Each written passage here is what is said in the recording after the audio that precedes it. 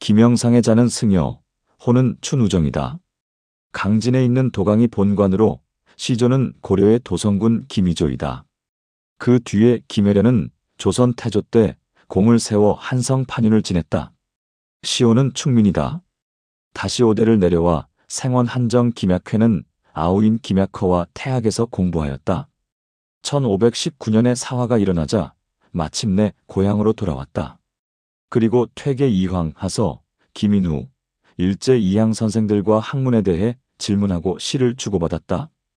김약회의 손자인 월봉 김대립은 일제 이향에게 학문을 배웠다. 임진왜란 때 의병을 일으켜 별제에 임명되었다. 광해군이 윤리를 무너뜨릴 때 소장을 올려 항의하고 벼슬을 버리고 거짓으로 미친 척하였다.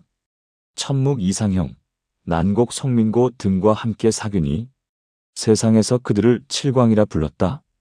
고향 사람들이 송산에 사당을 세웠으니 이분이 김영상의 구대조이다. 김대립은 진사인 명천 김관을 낳았다. 김관은 1627년 강홍립의 난리 때 사계 김장생을 따라 의병을 일으켰다. 뒤에 정읍의 무성 서원에 배양되었다. 그 뒤 대대로 학문과 의리로 이름이 높았다. 김영상의 아버지는 성은 김경음으로 문집을 남겼다. 1836년 3월 18일에 김영상은 전북 고북은 산북리의 자택에서 태어났다. 뒤에 태인의 원촌으로 돌아왔다. 본성이 침착하고 신중하였으며 어릴 때부터 경거망동하지 않았다. 조금 자라서 종조인 비인제 기종공에게 학문을 배웠다. 뒤에 노사 기정진을 배웠고 만년에는 아우인 의제 김영렬과 함께 인산 소이면의 문화에서 학문을 익혔는데 깊은 인정과 격려를 받았다. 인산은 일찍이 김영상 형제를 칭찬하며 말하였다. 형은 중후하며 독실하고 아우는 굳세며 세밀하다. 인산이 죽자 김영상은 1년 동안 마음으로 상을 지냈다. 그리고 기일을 만나면 반드시 정결하게 몸을 재개하였다.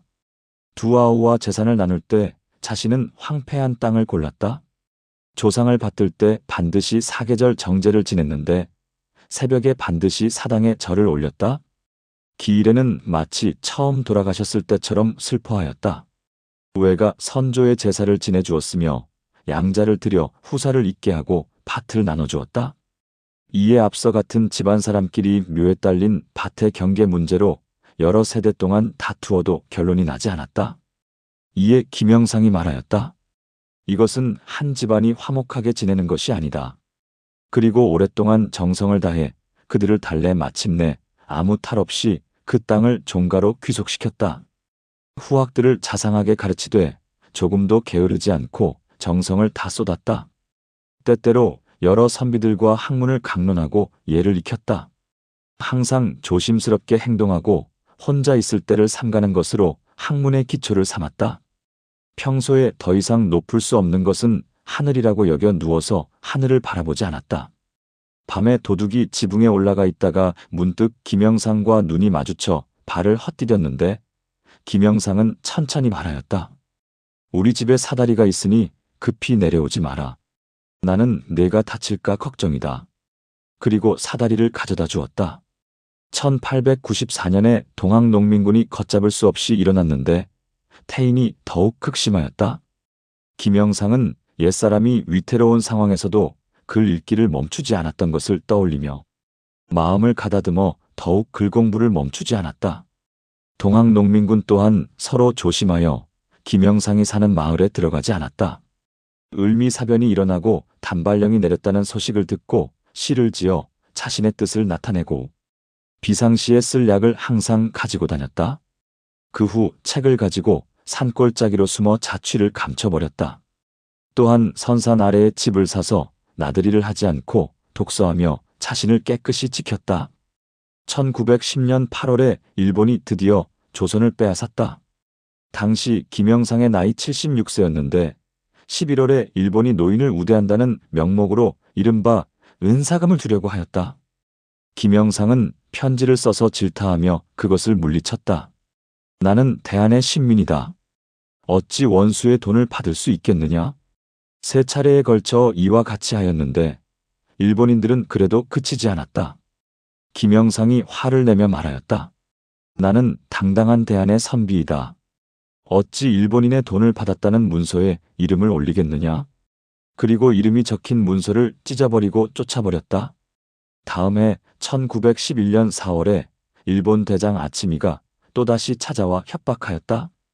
김영상이 말하였다. 내가 죽고 싶어도 죽을 이유가 없었는데 지금 죽을 핑계를 만들어주니 이제 죽을 수 있겠구나. 5월 1일 일본인이 김영상을 붙잡아 동곡의 역참에 가뒀다. 김영상은 큰 소리로 꾸짖었는데 우레 같은 소리가 들보를 흔들었다. 얼마 뒤에 군산의 대장 명령으로 그쪽으로 옮기게 되었는데 도중에 태인에서 숙박하게 되었다. 일본인이 다시 김영상을 엿보이려 하자 김영상이 꾸짖으며 말하였다. 너희 놈들이 어찌 감히 이렇게 하느냐? 내가 너희의 생간을 먹으려 해도 그럴 수 없었는데 이제 내 놈 살을 뜯어먹겠다. 그리고 일본인의 손을 깨물었다. 일본인은 서로 쳐다보고 감탄하며 말하였다. 참으로 의인이다. 그리고 다시는 모욕을 주지 않았다. 장차 사진을 건널 때 절명사를 지어 남몰래 허리띠에 썼다. 강 한가운데 이르러 강물로 뛰어들어 자결하려고 하였는데 일본인이 물에서 꺼내 뜻을 이룰 수 없었다. 군산에 구금된 지 9일이 지나 마침내 오간에서 세상을 떠났으니 9일 동안 음식을 먹지 않은 뒤였다. 시체를 수습할 때 허리띠에 쓴 글이 있었다. 운구가 돌아오려 하자 장사치들은 부의를 바치며 곡을 하였다. 도중에 곡을 올리는 사람이 끊이지 않았는데 마치 자신의 친척이 죽은 것처럼 슬퍼하였다. 이 때문에 돌아오는 거리가 100리를 넘지 않는데 3일이 지난 뒤에 집에 이르렀다. 9월에 태인의 덕갈이 서쪽 산등성이 유자에 장사 지냈다. 김영상은 두 아들과 두 딸을 두었는데 아들은 김평술과 김병술이며 두 딸은 각각 이익환과 가명 유병회에게 시집갔다. 김영상은 겉으로는 부드럽고 안으로는 강한 사람으로 말은 어눌하였지만 성실하게 행동하였다. 집안이 가난하여 공부할 때 매년 겨울에도 불을 떼지 않고 솜을 깔아 겨울을 넘겼다. 모여드는 학동들에게 다음과 같이 권면하였다. 항상 조심스럽게 행동하고 혼자 있을 때를 삼가는 것은 바로 성인이 되는 기본이며 사특함을 막는 성곽이다. 사특함은 우리 사람들에게 보이지 않는 도적이 아니겠는가.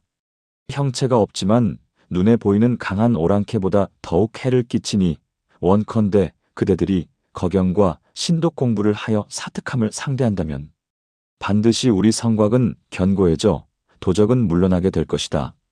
뒤에 집안 사람들이 남긴 초고를 수집하였는데 초고 가운데 자선과 문인에게 보이는 글과 나라의 동포들에게 고하는 글 등 여러 편이 있었다.